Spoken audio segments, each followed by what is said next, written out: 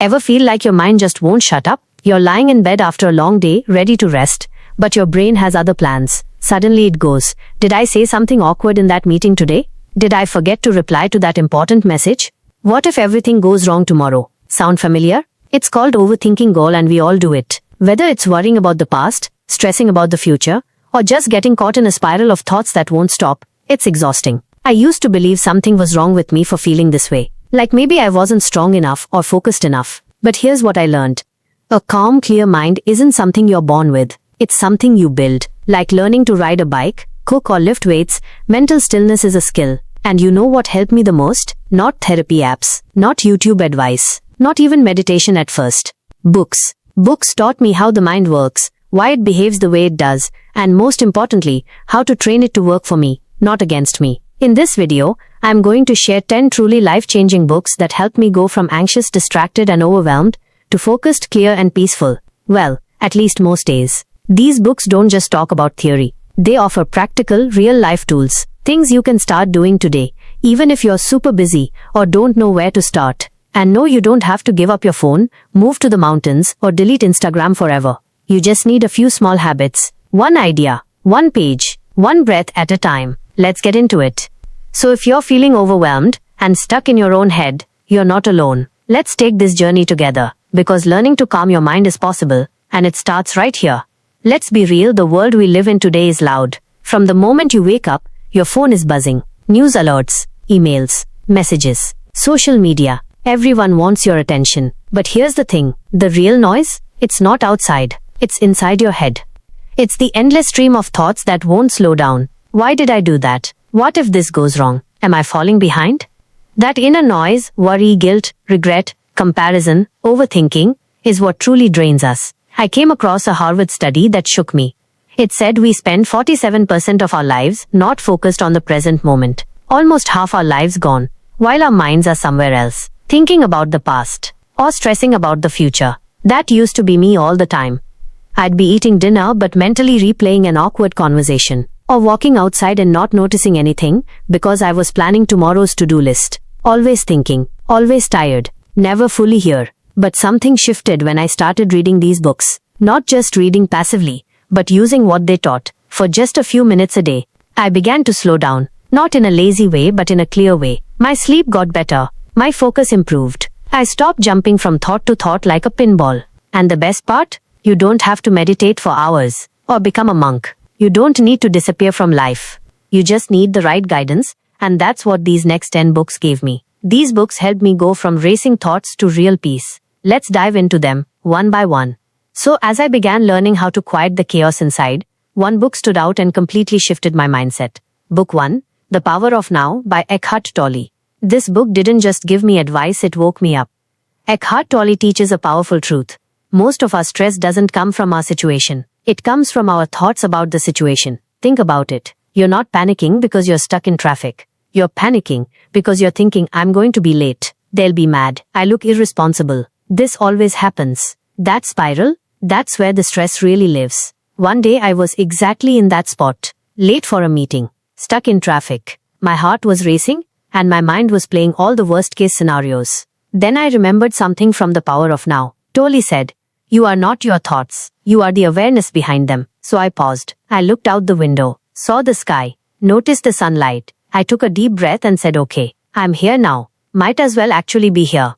That one moment where I chose to return to the now, instead of spiraling into the what-ifs, it changed my whole energy. From panic to presence. And no, my traffic didn't magically disappear. But my anxiety did. That's the power of the present moment. It's simple, but it's so rare these days. Try this small habit.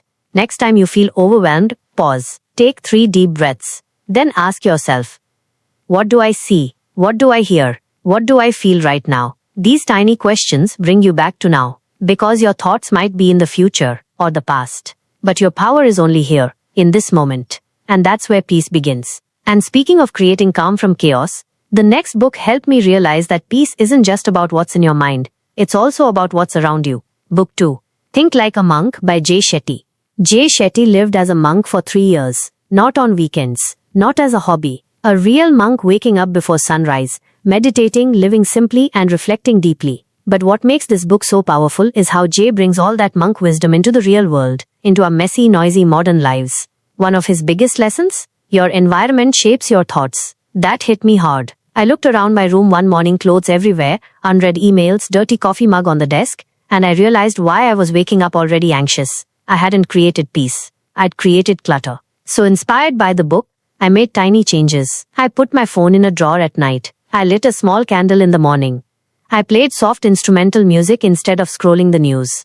I added a plant by my window. Simple stuff. But the change in my mindset? Huge. I felt like I was starting the day from a place of peace, not panic. Jay says, when you learn to navigate your external world, your internal world follows. That doesn't mean you need to meditate in silence for 2 hours or throw out all your stuff. It just means being intentional with your space. Is your environment energizing you or draining you? Are your mornings loud and chaotic or calm and focused? Ask yourself this.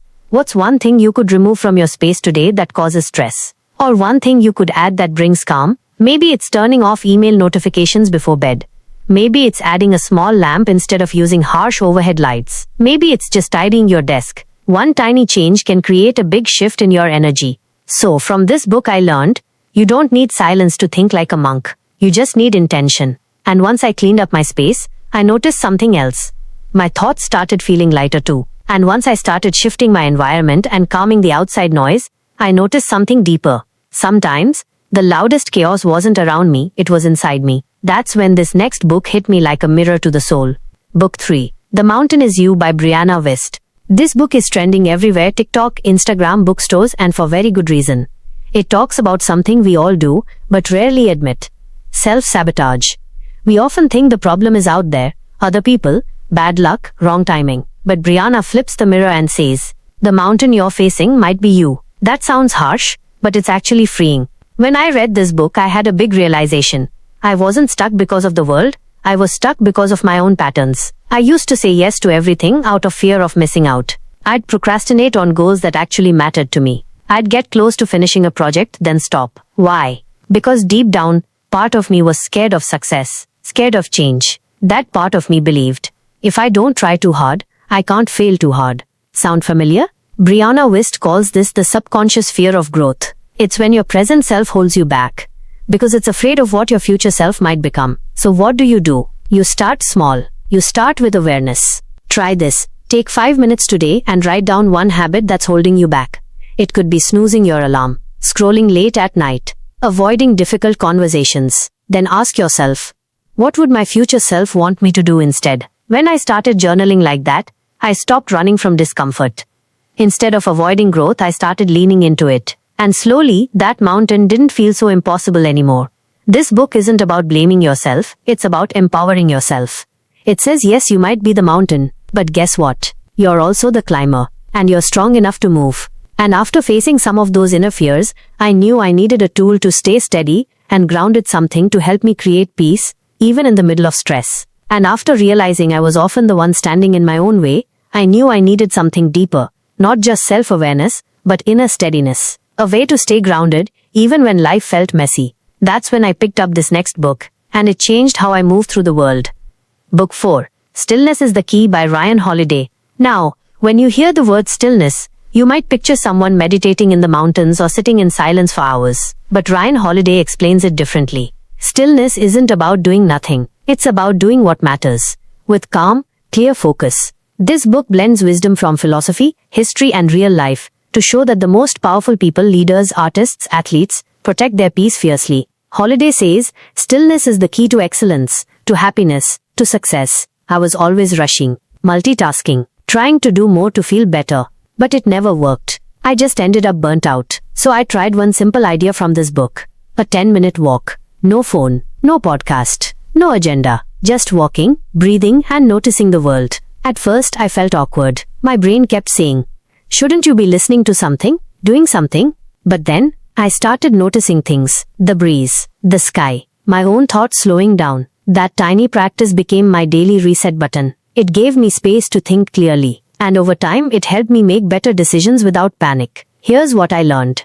When your mind is always noisy, you react. But when you have stillness, you respond with intention. Try this. Pick a time, morning or evening. Put your phone on airplane mode. Step outside. Walk for 10 minutes. Don't rush. Don't solve problems. Just be there. Even one phone-free walk a day can lower stress, sharpen your mind, and reconnect you with the present. This book taught me that calm isn't something you wait for. It's something you create. And once I started creating that daily calm through simple stillness, I began to notice something else. Even in peaceful moments, there was still a voice in my head whispering doubts. You'll mess it up. Why even try? You're not like them. That's when I found the next book, and it helped me completely shift how I see my thoughts. Book 5, The Untethered Soul by Michael Singer. This book hit me in a way few others have. It's all about the voice inside your head.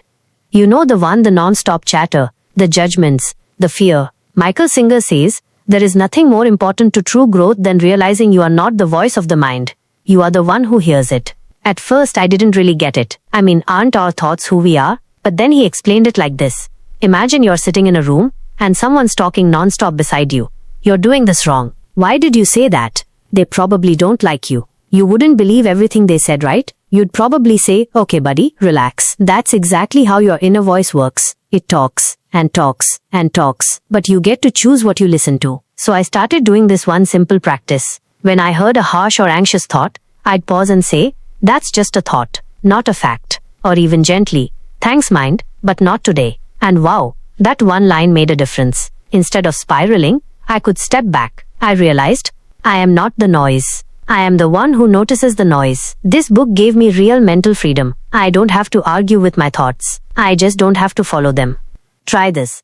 Next time you catch a negative thought, imagine it's a cloud passing by. You don't need to grab it. Just let it float on. Give your brain permission to talk, but give yourself the power to not believe every word. And once I learned how to step back from my thoughts with the untethered soul, I realized something even deeper. A lot of the things I was thinking weren't even mine. They were beliefs I picked up from others, expectations, pressures, patterns, things I never questioned until I found this book.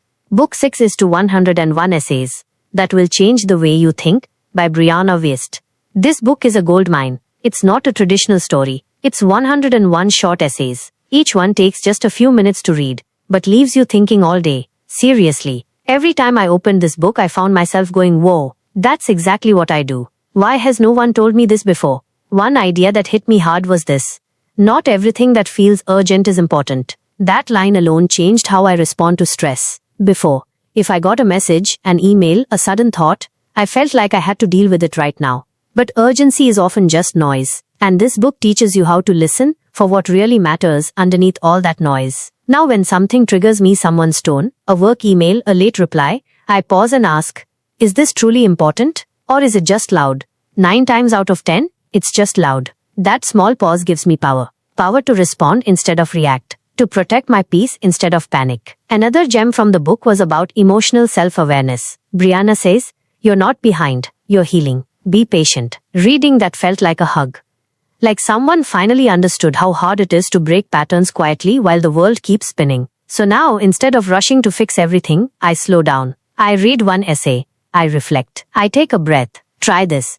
Next time you feel pulled in a million directions, stop for just 10 seconds. Ask yourself, is this urgent or just loud? Does this truly matter long term? This simple pause has saved me so much stress. And as I began pausing, reflecting, and creating a little more space in my mind thanks to 101 essays that will change the way you think, I realized something big. I wasn't just battling distractions. I was battling myself, my habits, my emotions, my reactions. I needed a simple practice to keep me grounded each day. That's when I turned to this next timeless book. Book 7. Meditations by Marcus Aurelius. You might not expect a Roman emperor to write about stress and doubt. But that's exactly what Marcus Aurelius did over 2000 years ago. He didn't write meditations for anyone else, just for himself. Private thoughts, honest fears, gentle reminders. And somehow his words still hit home today. What surprised me most? Even someone with absolute power struggled with the same mental battles we do. Overthinking, frustration, pressure, the feeling of being pulled in too many directions. But instead of hiding from it, Marcus wrote things down. Not for likes, not for followers, just to process life. So I tried it. Nothing fancy. Each night before bed, I asked myself 2 questions. What went well today? What didn't? And wow, it was like cleaning out my brain. Things that felt big suddenly didn't. Thoughts that looped in my head finally had a place to land. I stopped carrying the day into my sleep. I started noticing patterns, like what actually makes me happy or what consistently stresses me out. It gave me a clearer view of myself, like holding up a mirror. One of my favorite Marcus quotes is, "You have power over your mind, not outside events. Realize this and you will find strength." That one line helped me stop trying to control everything and everyone, and start focusing on what I can control: my actions, my habits, my thoughts. So now journaling is my nighttime ritual. It takes 5 minutes. No rules, just thoughts, feelings, and whatever needs to come out. Try it tonight. Grab a notebook or open your notes app. Write what went well today, what didn't. Let it be messy, honest, yours. You don't need to be a philosopher. You just need a place to think. And as I began journaling each night with meditations, I realized something powerful. The way I talked to myself mattered just as much as what I wrote down. That inner voice, the one that constantly judged, criticized, or doubted, was shaping my life more than I knew. That's when I picked up a book that simplified self-mastery into just 4 life-changing ideas. This book is small, you can read it in a weekend. But the impact? Massive. It gives you 4 simple agreements to make with yourself. And the first one? Be impeccable with your word. At first I thought that meant, don't lie. Easy, right? But then I realized, this agreement goes way deeper. It's not just about how you speak to others. It's about how you speak to yourself. I caught myself saying things like, "I'm so bad at this. I always mess up. I'm such a failure." And I didn't even question it. Those little phrases felt normal, but they were slowly breaking down my confidence. This book challenged me to change the script. Now instead of "I suck at this," I say, "I'm still learning. This is tough, but I'm trying." Mistakes are part of growth. Sounds small, but it feels different. Kinder, stronger, more honest. And here's the thing. Words are energy. When you speak negatively to yourself all day, it builds up stress and self-doubt. When you speak with kindness and intention, even when things go wrong, it builds trust with yourself. The other 3 agreements are just as powerful. 2. Don't take anything personally. 3. Don't make assumptions. 4. Always do your best. Each one is a gentle but strong reminder that so much of our suffering comes from how we react, not what actually happens. Try this today. Notice your inner dialogue. Would you speak to your best friend that way? If not, change the words. Be gentle. Be honest. Be on your own team. And once I started changing how I spoke to myself, like the 4 agreements taught me, I noticed a bigger truth. Happiness didn't show up when everything went perfectly. It showed up when I started noticing what was already good. That's what the next book helped me see more clearly. Book 9. The Art of Happiness by the Dalai Lama. This book is a mix of deep wisdom and simple, practical truth. The Dalai Lama reminds us, happiness isn't something we find, it's something we create. At first I didn't fully get that. I used to think I'd be happy after I reached a goal, after I fixed all my flaws, or after life got easier. But this book flips that idea. It says, happiness starts with how we choose to look at life. Right now, one of the easiest tools the book offers is gratitude. Not the Instagram version, I mean the simple practice of naming what's already good in your life. So I started writing down 3 good things every night. At first, it felt awkward. Like, I had coffee, but that was one of them. Had a warm cup of coffee, laughed at a silly meme, got one thing done I'd been putting off. Tiny things. But over time, those small joys added up. It was like my brain was learning to look for the good, instead of scanning for what's missing. Even on rough days I found something. At least I get to rest now. Had a good talk with a friend. The sky looked peaceful today. The Dalai Lama also talks about compassion for yourself and others. When we stop being harsh critics and start being gentle observers, life softens. So now when I mess up, I don't spiral. I remind myself, everyone's human. I can try again. That shift, that's happiness in motion. Try this tonight. Before you go to bed, ask yourself, what are 3 small things that made today better? Don't overthink it. Just notice, name, and feel it for a second. Because when you train your brain to see the good, even the tiniest bits, you stop chasing happiness and start living it. And once I started noticing the good in small moments, like the Art of Happiness taught me, I realized something powerful. Sometimes the best way to calm the mind is to come back to the body. And that starts with the most natural thing we do. Breathing. Book 10. Breath by James Nestor. We breathe over 20,000 times a day, and yet most of us never think about it. This book opened my eyes and lungs to just how much our breathing affects our mood, sleep, energy, and focus. Before reading Breath, I thought breathing was just, breathing. But turns out, how you breathe matters a lot. Most of us breathe through our mouths. Fast, shallow, rushed. especially when we're stressed. But this book explains how nose breathing, slow, deep and steady, can change your entire nervous system. It tells your brain, you're safe, you can relax. So now, when I feel overwhelmed or anxious, I don't scroll or snack or spiral. I stop, put one hand on my belly, inhale through my nose for 4 seconds, hold for 4, exhale through my nose for 6. It sounds small, but it feels huge, like hitting the reset button on my brain. James Nestor also shares how ancient cultures knew this wisdom long before science caught up. Monks, yogis, even warriors, used breath as a tool for focus and peace. There's a story in the book about a man with chronic health problems who improved his condition just by learning to breathe right. Not with fancy equipment, just breath. And if you ever feel tired for no reason, or wake up groggy, or get random anxiety, your breath might be part of the issue. Since reading it, I've made a tiny daily habit. Before I start work, I take 5 deep belly breaths. It centers me, clears the noise, reminds me I'm here. Try it now with me. Inhale through your nose. 2, 3, 4. Hold 2, 3, 4. Exhale slowly. 2, 3, 4, 5, 6. Feel that shift? You don't need an app or a meditation mat. You just need your breath. And when you pair this with all the other tools from these 10 books, you're not just reading, you're rewiring. You're becoming still, focused and clear. Let's wrap this up. Let's take a breath together. Inhale, exhale.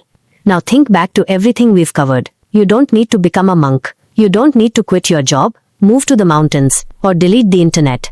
All you need is a little time, a little awareness and the right tools. And that's what these 10 books gave me, and can give you too. The Power of Now taught me how to come back to this moment.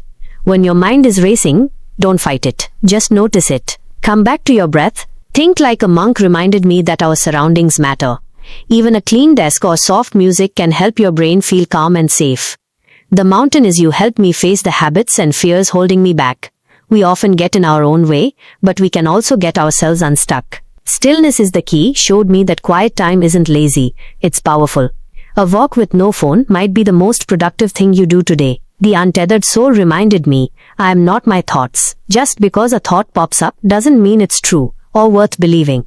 101 essays gave me quick, powerful insights that made me rethink how I react. Not everything loud is important. Not every problem needs a panic. Meditations taught me the value of writing down what's in your head.